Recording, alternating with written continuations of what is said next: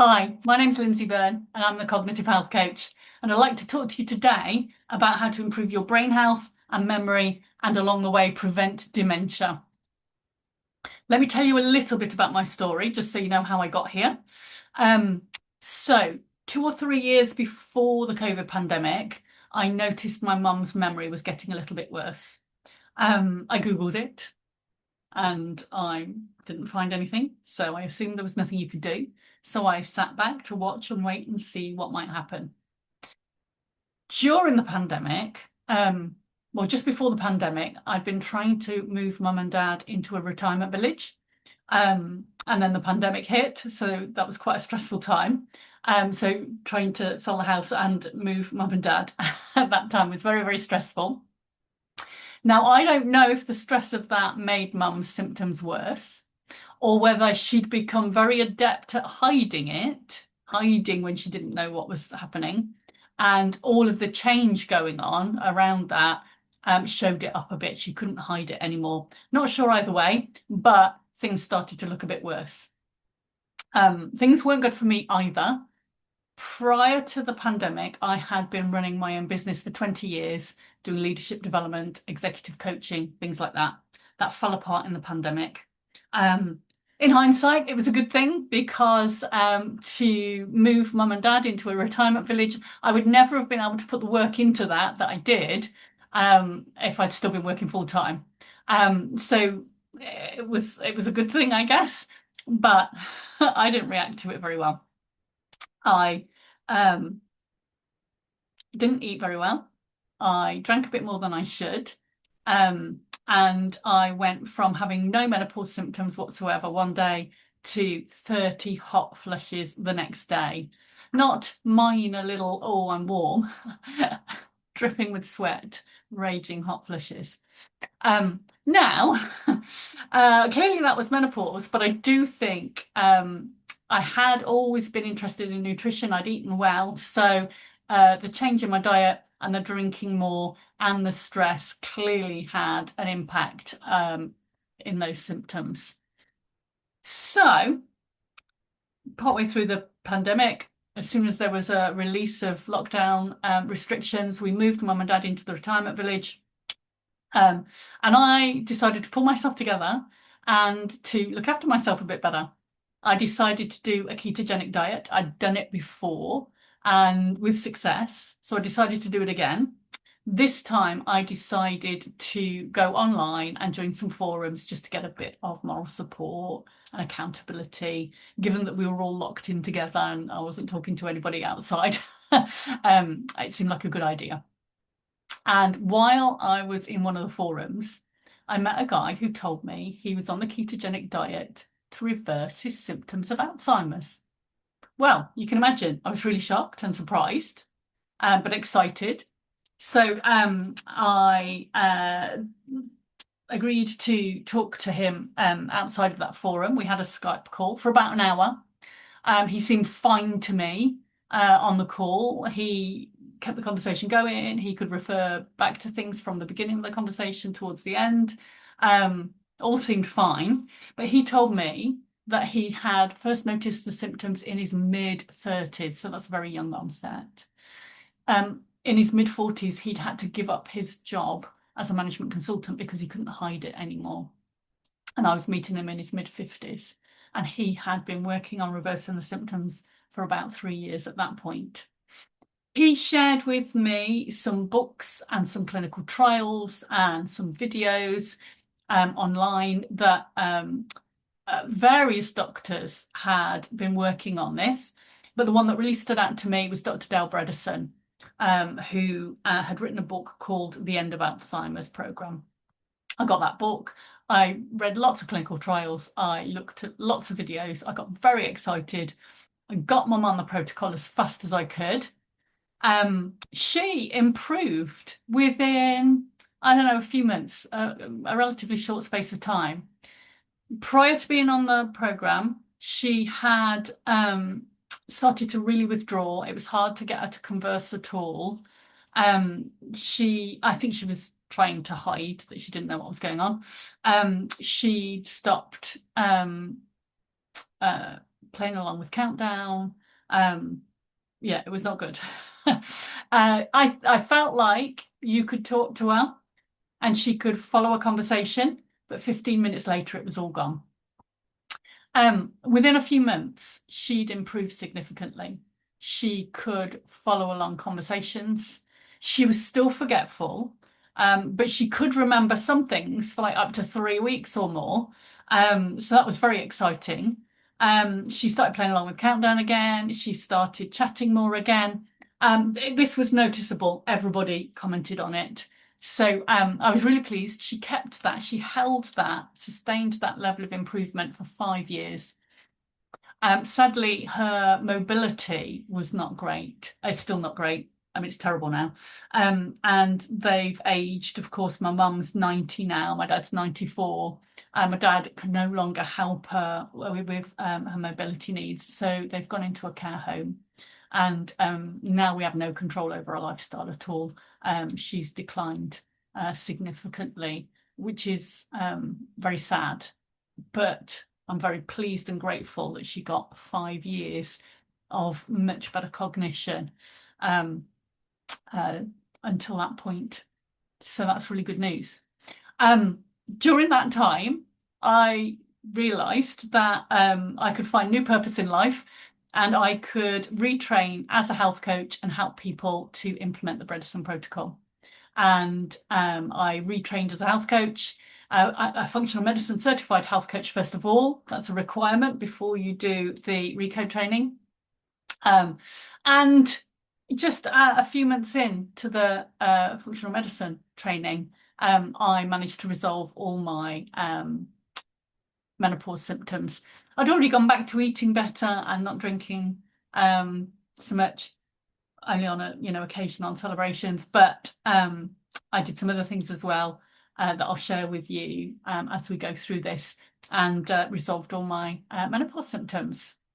So, a bit of a rhetorical question, but what's your reason for being here today? Now, it may be that you have parents with dementia, or maybe you're just interested in all things health, or maybe you're noticing some changes to your memory yourself, or you're going through some menopausal brain fog or baby brain, or whatever it may be. Obviously, I've been talking about Alzheimer's and dementia quite a bit. Whatever you are noticing with your brain health, the tips I'm going to share with you today are for you, for any changes in brain health and memory. Okay, so these days I help people noticing some change in their memory, worried about the future. Something that my clients definitely have in common is that they are determined to fight back. You can get amazing improvements, but it does take some work. It's not take this supplement and you'll be fine. There's some work to put in for yourself as well. Some of my clients find out about Dr. Bredesen first and sign up with Apollo, his company, and get started, and then find they need a little bit of help and come to me that way. Other people find me at one of these talks and get in touch with me for a chat, just a free chat, to see if I can help them. So that's what I do these days. I help people improve their brain health and memory to live happy, long, productive lives. So I've put some resources on here. Feel free to take a screenshot of this. There's lots of books here. It amazes me somewhat that I think all of these books are #1 bestsellers in the UK, and yet so few people seem to know about the Bredesen protocol or any of the things that these doctors are working on, similar sort of protocols. Still, take a screenshot. Feel free to get any of those books and read up and find out a little bit more about what these doctors are working on. So let's step back from brain health for a moment and let's just talk about causes of chronic illness generally. Have you noticed how much more chronic illness there is these days? I know I have. I mean, when I think back to when I was a kid, I didn't know any kids with asthma. When I was about 11 or 12, I saw a programme about cancer and it scared me and it stayed with me because they said in your lifetime, you will know somebody who gets cancer. And now it's almost 1 in 2 will get cancer. I mean, it's frightening how rapidly the changes in chronic illnesses are happening. And not just asthma and cancer, I mean, lots of chronic illnesses and lots of new ones that we'd never heard of before. What do you think is driving that? Well, again, that's a bit of um, a rhetorical question, but maybe you're thinking the food we eat, the additives that they put in our food, the pollution in the air and in our water. Maybe you're thinking about sedentary lifestyles or stress or whatever you may be thinking. Yes, you're right, all of those things. So let's have a look. Dr. Bredesen, as a very respected Alzheimer's researcher, and he decided to look at things a little bit differently. He took a whole bunch of people with Alzheimer's and tested everything he could think of to test: blood tests, hormone tests, toxin tests, you name it, tested everything he could think of to try and find the commonality, to try and find the root cause. Well, he didn't find one. He found 36. Not everybody had all 36. But if they had Alzheimer's, they had more than one. Now, he continues to research all the time and find new things. So that number of 36 is constantly growing. But I don't want to take you through all of those individually, but you can group all of those granular causes into 6 main areas. And the first he calls atrophic. This is where your brain is atrophying through lack of nutrition or oxygen or hormones. Now, a hormone disruption, not getting the right hormones to your brain, is going to be a problem. Hormones are our brain's messenger system. So there are a few reasons why twice as many women get Alzheimer's as do men, but hormone disruption is one of them because of menopause. Obviously, nutrition. Now, that could be that we're not eating as well these days. We're eating a lot of packaged foods, a lot of ultra-processed foods, and there's a lot of toxins in those foods, and we're not getting the nutrients. Even if we are cooking from scratch, there's so much soil depletion, we're not getting the same level of nutrition that our ancestors would have. But equally, some of us have genetic variants that mean we don't process certain nutrients particularly well. For example, my mum and I share a genetic SNP that means we don't process B vitamins very well. It's a very common one. So once you know that, you can supplement around it. And gut health as well, of course. We're all hearing about gut health these days. There's the gut-brain axis, our guts and our microbiome talk to our brain and vice versa. So if we're not getting good nutrition and our gut is inflamed, that is going to have a knock-on effect. The second chunky cause that he talks about is glycotoxic. So this is too much blood sugar. Now, that doesn't necessarily mean that you're insulin resistant. It probably does mean you're insulin resistant. It doesn't mean you're diabetic, sorry.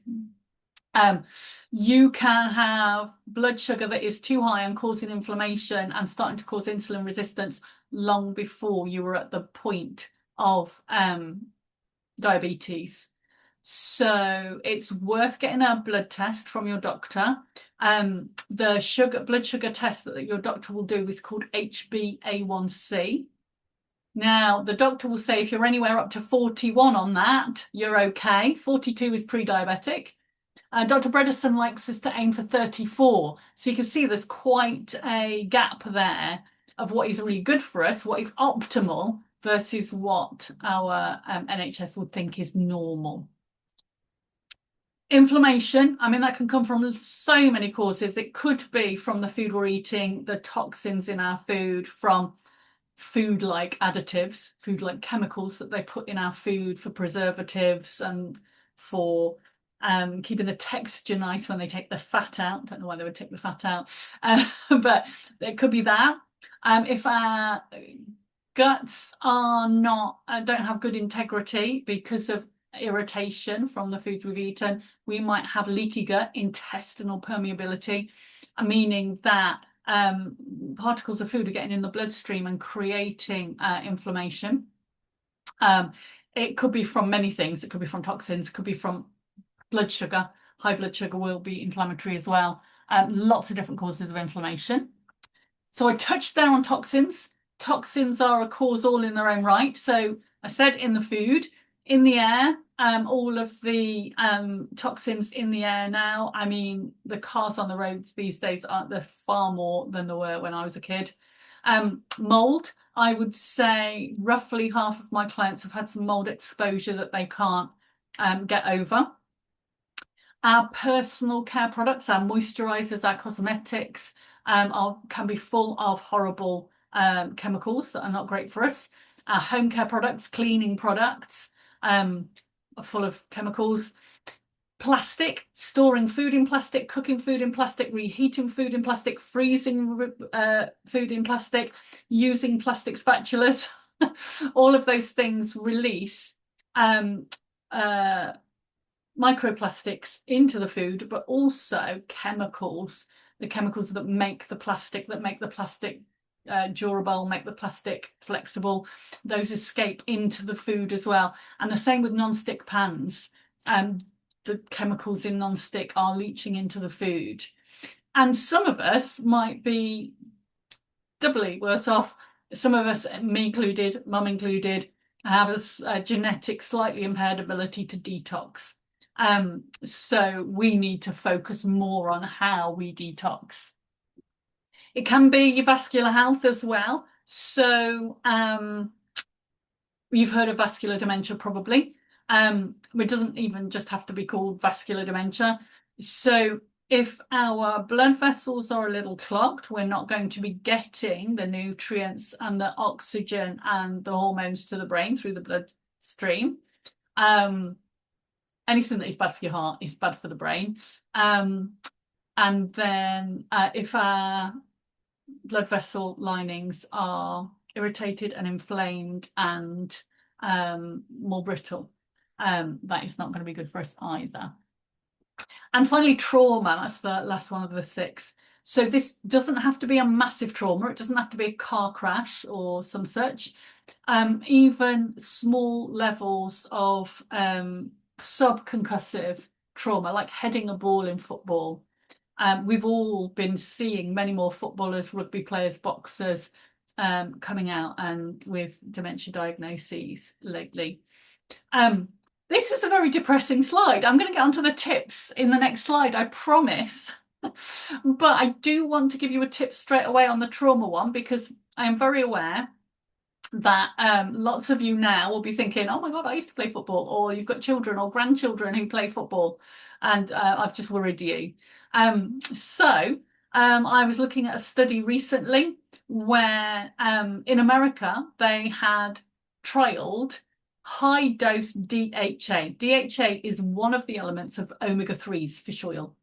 And they had trialed with American football players, from little kids who weren't supposed to be having any contact really, through college football to professional football, took a whole group of people, split them into 2 groups, tested everybody. They could find markers in the bloodstream in everyone for poor cognitive health. And then they gave one group this high dose DHA, and the other group just got a placebo. And of course, the people getting the high dose of DHA improved significantly, and the others did not. Obviously, they gave the other group some DHA afterwards. So if you're my age or older, and your mum or dad or your grandparents gave you cod liver oil on a spoon, they knew what they were doing. It's very neuroprotective. And even after you've suffered some brain trauma, it can have a really positive impact. Obviously now we generally take it in capsules. So try and find a really good quality one, and make sure it's got a high level of DHA in it. The 2 main things in fish oil are DHA and EPA. EPA is anti-inflammatory, so that's good as well. But usually, most pills you see a lot of EPA and not much DHA. Try and get one with a really good high dose of DHA. That'll be great. Now, all of these things I've been talking about can have been building up in your body up to 30 years before you notice any symptoms. Our bodies and our brains are so resilient. You might not notice any symptoms. So even if you're just here because you're into your health and you're just here for interest, now is the time to start improving your lifestyle factors. And I'll give you the tips in the next slide. It's also never too late. It's never too soon, but it's also never too late. You can get improvements at any age. I was just reading a trial a couple of weeks ago, a clinical paper, about how they'd found people even to the top end of the group that they were working with at 94 had been able to improve their brain health and memory. Okay, so what is the solution? Well, it kind of depends. It depends whether this is just prevention or whether you are starting to notice some symptoms. If you want to book in and have a chat with me, I will give you a link to a free cognitive test that you can do online, and that will tell you how you're doing compared to people your age and gender. So if you scored 50, you'd be average. Nobody wants to be average. You want to be in the top quartile, don't we? But that test will help us understand whether this is purely prevention or whether there is some reversal required. If there's some reversal required, you'll need to see a practitioner or a doctor. I'm a health coach. I'm trained by Dr. Bredesen, but as a health coach. So I can't do the testing or the diagnosing or the recommending of supplements. So if it is reversal, I can work with you with a practitioner. I work with all the practitioners in the UK, so I can recommend somebody suitable for you, depending on your needs, and we can get that ball rolling while we work on the lifestyle factors. If it is purely prevention, then it is just the lifestyle factors. You can still get tested if you want to, but if you just want to work on the lifestyle factors and then see how you get on, we can do that too. So you'd take the test at the beginning, we'd work on some lifestyle factors, and then after a few months, you could take the test again and see how much you've improved. But the solution is bespoke to you, your needs, your genetic predispositions if we're doing the testing. But the things that we're going to work on nutrition, making sure you get the best possible nutrition to get the nutrients into you. If you have been tested and we see that there are some nutrients that you don't process well, you probably will have to take some supplements too. We're going to work on exercise, different types of exercise.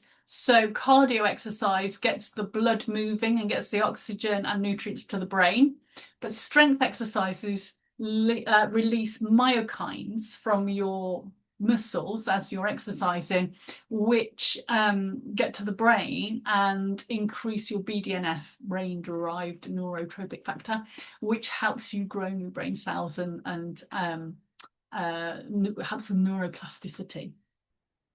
We're going to work on your sleep. I could do a whole session on sleep. And I recognise that if you are struggling to sleep, the last thing you want to hear about is me telling you how important sleep is, because it's very stressful if you're not sleeping. I also recognise that if you're not sleeping, you've probably talked to lots of friends and family about it, and they've given you lots of tips, and you've tried lots of things and nothing is working. Please book in for a chat. You can tell me what you've tried, and then I can tell you what else there is to try. And if all else fails, I've got a couple of radical solutions as well. So please do book in, particularly if sleep is an issue or if any of these areas are an issue. Stress management is really important. When we are stressed, we raise a hormone in the body called cortisol. And if your body's making a lot of cortisol, it's not making a lot of the other hormones that we need. But also it's quite inflammatory when you've got that low level, consistent stress all day, every day. So we need to work on stress management, how to get some restorative time every day for yourself, but also how you react to stressful situations. We would work on brain stimulation. So that could be brain training games, but it could be a myriad of things. It could be learning a language. It could be going to dance lessons. It could be all manner of things. whatever you would find enjoyable, basically. So we can plan that together. Detox. We could detox your life, your environment, and try and avoid as many toxins as possible. I can also give you lots of tips on what specific foods help your body to support your own natural detox processes. And if toxins are really a problem, if we do some testing, if you do have symptoms and we do some testing and it turns out toxins are a problem, then the practitioner will do some specific protocols with you to detox whatever you need to work on. I'm not going to talk about supplements here because, do you know, I see on the web and on Facebook all over the place people recommending supplements for brain health. I mean, you could end up taking hundreds of them. And how many of them would actually suit your specific needs? Probably not that many. It could get very expensive. The supplements could interact with each other. You could be putting an awfully big burden on your liver to deal with those supplements. And so if you do need supplements, that's definitely something that I will find a practitioner to talk to you about. Okay, so that's kind of the solution. Now I've got a few questions for you. So these are pretty rhetorical, but I would like you to think about them. So after I ask each one, if you could pause and jot down some thoughts. So question number one is, what would be the benefits of working on wellness and brain health right now to improve your memory, your focus, your clarity? So do pause the video for a moment and just jot down some thoughts. And now you're back. Question two is, what would be the downsides of working on wellness and brain health right now? Again, pause the video and make a few notes. And now you're back. Looking at it just from a slightly different angle, what would be the positives of leaving this session without making any changes? Again, pause the video and make a few notes. And now you're back. Again, final question. What would be the consequences of leaving this session without making any changes? Don't worry if you don't have answers to all of the questions, as long as you've got some and you've thought about this. The reason I'm asking these is our brains are really tricksy. Our brains don't like to make change. They see it as risk. So the way you react to things that's kept you alive so far, your brain's very happy about. And so when you try and make lifestyle changes, the reactive part of your brain will fight against that in order to keep you safe. And so, And so what I would say is, if you've tried to make changes in the past, and they've not always stuck. Maybe you've tried a diet or a new exercise regime or whatever it may be, and those changes haven't stuck. Well, the probable reason for that is not your fault, but your brain dislikes change, consistency, and reacting to things in the same way has kept you alive to date. So your brain doesn't like to take risks and do things differently, and your brain will start, the reactive part of your brain, not this sensible strategic thinking part, but the reactive bit back here will start sending little messages to you and kind of saying, oh, you don't want to do that. Oh, you know, we don't need to do that today. Oh, and, you know, encouraging you to stick with the habits you've always had. This is something I can help with. Okay. Working with how you change the way your brain thinks, how the wiring is. We can rewire to build positive habits. So that's something I can help you with. And that's why I asked you to think about those questions, because that will really help if we do decide to work together. Okay, so if we do decide to work together, there's a simple 5-step process, and I'll be with you every step of the way. We'll do that cognitive online test to see how you're doing right now. I will help you prioritize 12 elements of lifestyle. We'll do an assessment. You will assess yourself, and then you can find out, you know, how you feel you're doing on each of those elements, and you can prioritize what you want to work on first, and we'll set goals that make sense to you. We are probably going to make some changes to your diet. So we'll just ease in gently to a new way of eating at your pace. You know, some clients come to me and they say, tell me what to eat, and they just do it. But then lots of other clients need much more of a run up at it. They may either make some small changes one step at a time, maybe adding some things first rather than taking things away. Or some clients like to deal with breakfast first. Let's get the breakfast sorted out and then deal with one meal time at a time. And what I like to do is to work out what you like to eat and then stick with that, but just make a few ingredient swaps so that you can still have the meals that you enjoy. And then, as I say, we'll work through all the tiny changes in your lifestyle one step at a time. And as you start to feel better, you'll get more motivation and more energy, and you'll have the focus to be able to improve even more. So we just take it one step at a time.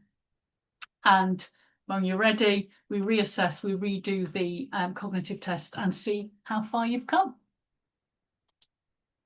So I've got some gifts for you and some invitations. First of all, I do have a free brain health guide. You can sign up for that on my website. My website is thecognitivehealthcoach.co.uk. I will put that in the notes under this video for you. So you can just go to my website and click on the contact page, and there's a free brain health guide that you can download there. I mentioned right up front, I'm very happy to have a free 45-minute chat with you. You can ask me any questions you need to.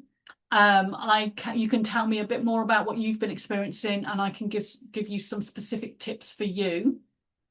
And if you do feel like you need more support, we can talk about how we might work together, but that is entirely up to you. I am not going to hard sell you.